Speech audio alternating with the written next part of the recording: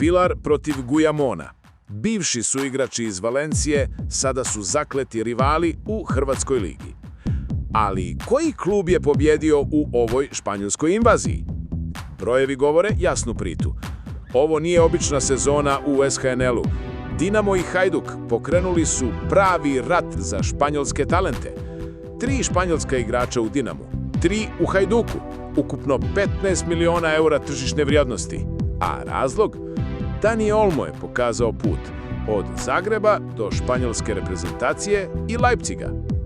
Danas razotkrivamo tko je stvarno pobjedio u ovoj španjolskoj invaziji, koje transfere će klubovi poželiti, a koji će se isplatiti milijunima.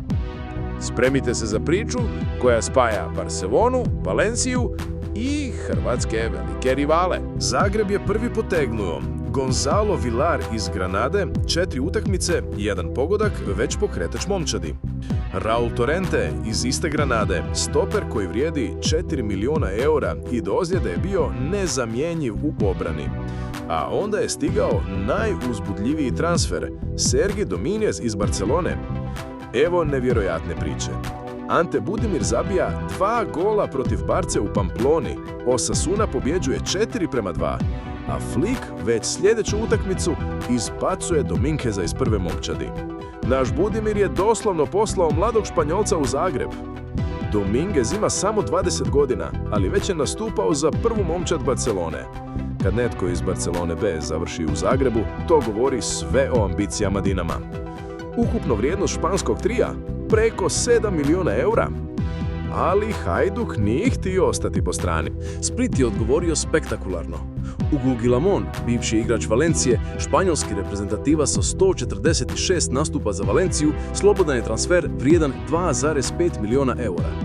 Edgar González iz Almerije na posudbi, a Iker Albena kao treće pojačanje iz Iberijskog poluotoka.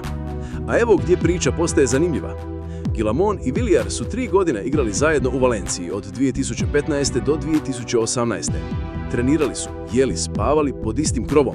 Čak su nastupali protiv Hrvatske U21 reprezentacije na Europskom prvenstvu 2021. godine. Sada se susreću kao zakleti rivali. Guillamón u bijelom dresu Hajduka, Villar u plavom Dinama. Mediji već pišu o njihovom prijateljskom zadrikivanju na Instagramu: kopirao si me po državi, po broju na dresu. Što još želiš, brate?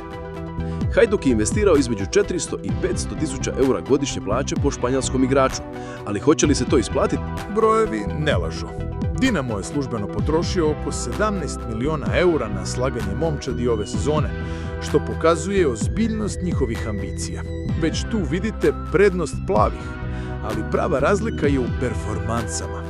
Villar već zabija golove za Dinamo, Torrente je nažalost teško ozlijeđan, a Domínguez polako ulazi u ritam. Od 3 igrača, 2 pokazuju uspjeh. Hajdukova situacija, Guillamón još traži svoju ulogu u Garcijnom sustavu. Edgar González tek stiže u formu. Almena je najmanja nepoznanica jer je najmlađa. A evo ključne razlike. Dinamo ima 32 milijuna eura od UEFA ove sezone zahvaljujući Ligi prvaka. Hajduk kontinuirani gubici unatoč velikim investicijama. Istraživanje jasno pokazuje, Dinamo trenutno ima financijsku prednost i nešto jači utjecaj španjolskih igrača. Ali postoji jedna stvar koja mijenja sve. Što mijenja sve? Ime Dani Olmo. Prije 2024. godine Dani Olmo je bio jedini Španjolac koji je zaigrao za Dinamo u službenoj utakmici. Od Zagreba je otišao u Leipzig, postao španjolski reprezentativac, pa završio u Barceloni za 55 miliona eura. Olmo je stvorio formulu: Zagreb, razvoj, veliki klub, reprezentacija. I sada svi španjolski talenti znaju, Hrvatska je prestala biti egzotika, postala je trambolina. Hajduk to nikad prije nije imao. Njihovi španjolski transferi su prvi u povijesti kluba. Nema tradicije, nema dokazane formule. Villar i Domínguez dolazi u klub koji je već prošao španjolski put s Olmom.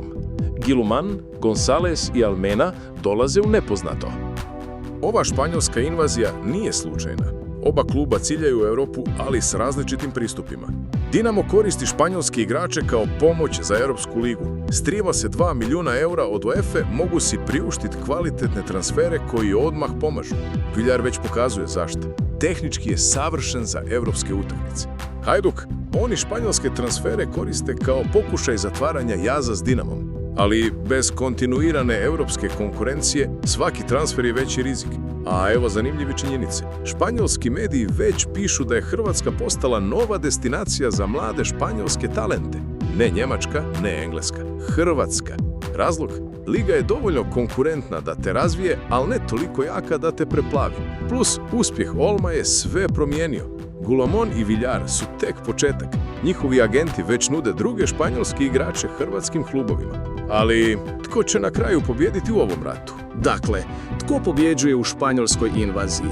Prema svim pokazateljima, Dinamo. Veći budžet, bolje performanse, UEFA novac, tradicija s Olmom i igrači koje već doprinose. Viljan zabija golove, Torrente je nezamjenjiv, Dominguez polako ulazi u ritam. Hajduk ima glamur, Guillamón je veće ime od bilo kojeg Dinamovog Španjolca, ali glamur ne zabija golove. Još uvijek čekamo da španjolski trio uopće dobije priliku zaigrati za Hajduk. Brojevi su jasni. Tržišna vrijednost Dinamovih Španjolaca raste, a Hajdukovi stagnira. Dinamo ima financijsku stabilnost za dugoročne investicije, Hajduk riskiva s velikim plaćama. Ali ova priča tek počinje. Sljedeće sezone možemo očekivati još španjolskih transfera u West HNL. Liga je postala atraktivna za španjolske agente. I tu je prava pobjeda. Hrvatski nogomet je postao destinacija, ne više samo odredište. Španjolska invazija mijenja SHNL za uvijek. Pitanje nije tko pobjeđuje danas, već hoće li oba kluba profitirati sutra. Villar i Guillamón su započeli priču kao prijatelji u Valenciji. Sada su rivali u Zagrebu i Splitu. Dinamo trenutno vodi 3:0 u španjolskoj bici. Bolji igrači, bolje performanse, bolja strategija. Ali nogomet je nepredvidiv. Možda će Guillamón postati nova zvijezda hrvatskog nogometa. Možda će González biti ključ europskog uspjeha Hajduka. Jedna stvar je sigurna. Španjolska invazija je tek počela. Hrvatska je nova Nizozemska za španjolske talente. A Dinamo i Hajduk će nastaviti loviti iste igrače, dizati standarde i transformirati ligu. Sljedeći put kad gledate derbi, neće to biti samo Zagreb protiv Splita. Biće to Valencija protiv Granade, Barcelona protiv Almerije, španjolski građanski rat na hrvatskim terenima. Tko će na kraju pobijediti? Možda baš hrvatski nogomet?